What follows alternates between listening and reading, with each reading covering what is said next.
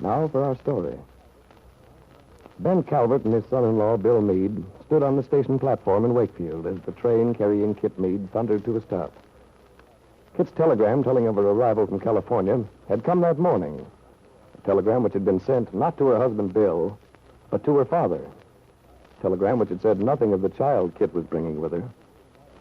To each of the men waiting tensely for her to appear, Kit's return had distinct significance. To Bill, it meant the hope for a new life. To Ben, his daughter's arrival presented a challenge, a renewal of a battle against Wakefield, against Aunt Mary and her niece Peggy Douglas, a strengthening of his determination to preserve her marriage to Bill Meade. As the headlight of the train flashed past, the two men were revealed in the glare, peering anxiously toward the lighted windows of the Pullman. When Kit had come down the steps carrying Lisa Fenner's baby son, and for a moment, Ben and Bill Meade were stunned, paralyzed with shock. Kit had seen them at once, and now she came toward them. Hello, Dad. Bill. Well, look, isn't anyone glad to see me? This isn't much of a welcome, you know. Kit, what is the meaning of this? Kit, I don't understand. Well, I'll admit I wanted to surprise you both, but I didn't expect consternation. After all, is it so much more than you expected? Bill, here's your son. But, Kit, you're wild. I mean... And, Dad, he's your grandson. Grandson. Did you hear that, Bill? My grandson. Kit, this is wonderful. But I ought to thank you for doing this to me. No warning. We Later, Dad.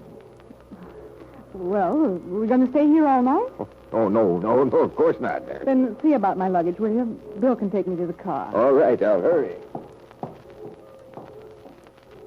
Is he heavy, Kit? Would you like me to carry him? Would you like me to carry him? What's the matter? You look so strange. Oh, nothing. Only for a moment. I was afraid all this was a dream. A dream? I had a dream one night long time ago. What you said just now, it reminded me. Kit, you must be exhausted. That long trip. No, I'm quite all right, really. Well, we'd better get to the car then. You sure you don't want me to take the baby? Yes, Bill. You take him. Later, as Ben drives toward the big house on 11th Street.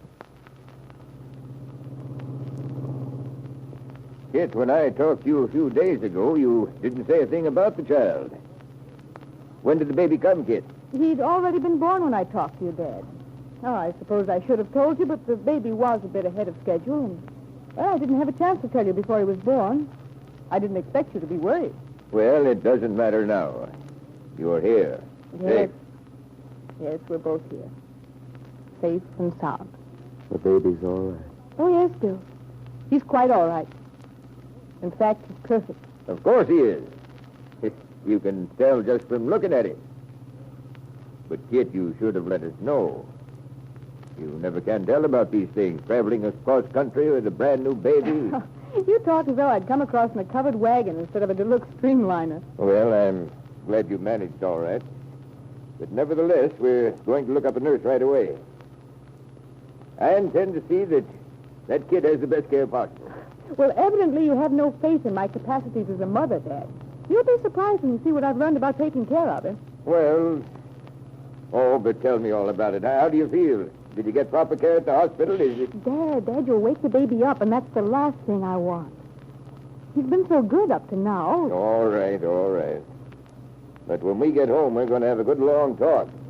All of us. A few minutes later, they arrived at the house on 11th Street. Ben and Kit went ahead to the apartment upstairs, which had been put in readiness. Bill followed with the luggage. There was no sign of Jessie as they went through the hall. Apparently, the new Mrs. Calvert was none too eager to welcome Ben's daughter home.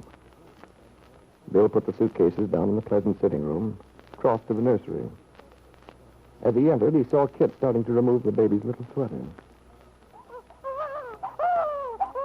Oh, dear, I knew knew it was too good to be true. What's the matter with him, Kit? Oh, he's just cross and sleepy, Bill. Yes, but maybe something's wrong with the little fellow. Oughtn't we? No, Dad, now don't get excited. Nothing's wrong. Yes, but you can't be too sure. Oh, now look. Be too sure. Oh, now look. Be too sure. Oh, now look. Be too sure. Oh, now look. Be too sure. Well, I hope you're right. Oh, he's just Maybe something's wrong with the little fellow. excited. Right. Well, those things. Right now, his Madge's been upset.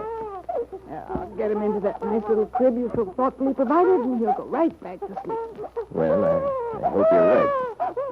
Kit, is there anything I can do? Oh, yes, there is. Did you bring up that thing that looks like a knitting bag? Oh, yeah, that is. I need that and a small overnight, please. Okay. Now, just a minute, darling. Is this what you meant? Yeah, thanks. Now, just open it up, will you? And hand me a couple of those diapers.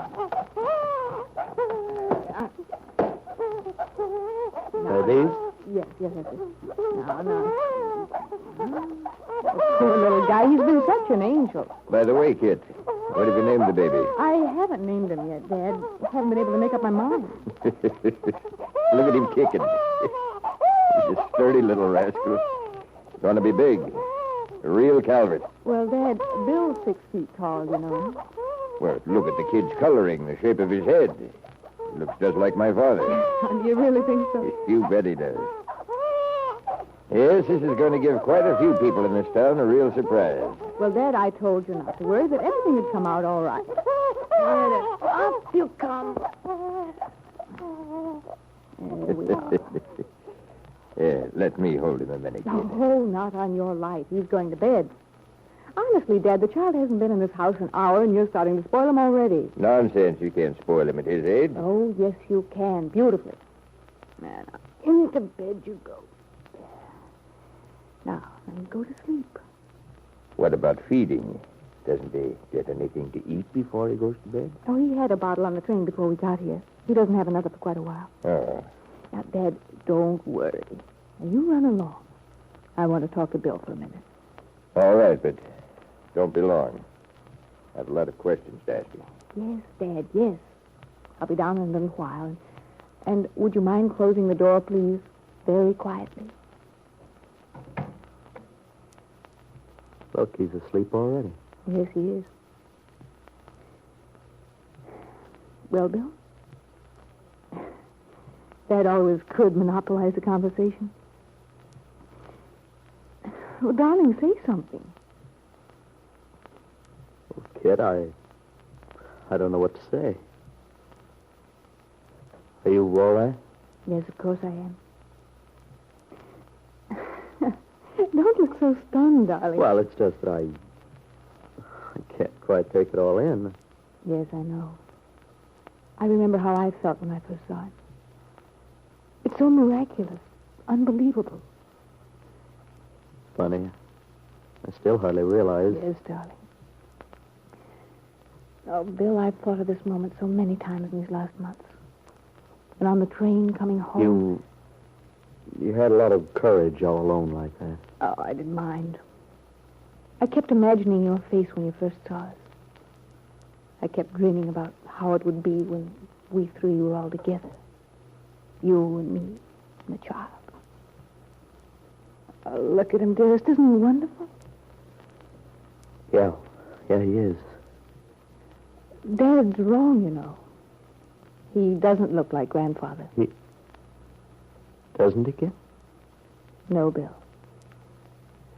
No. He looks like you. Oh, Bill, it's all over now. All those awful months, waiting, worrying. It was pretty tough for you. It doesn't matter now. We're together. What do you think of your son, Bill? Bill Meade stood beside his wife, looking down at the sleeping baby. The long curling lashes, the smooth cheek, the tiny fist clenched so tightly. It didn't seem real. It was like a dream. Somehow he couldn't quite believe it. Realized that Kit had actually returned with a healthy child, a son. If you only knew, Bill. Even though Kit did return with the child, the baby is not her son, Bill, nor yours.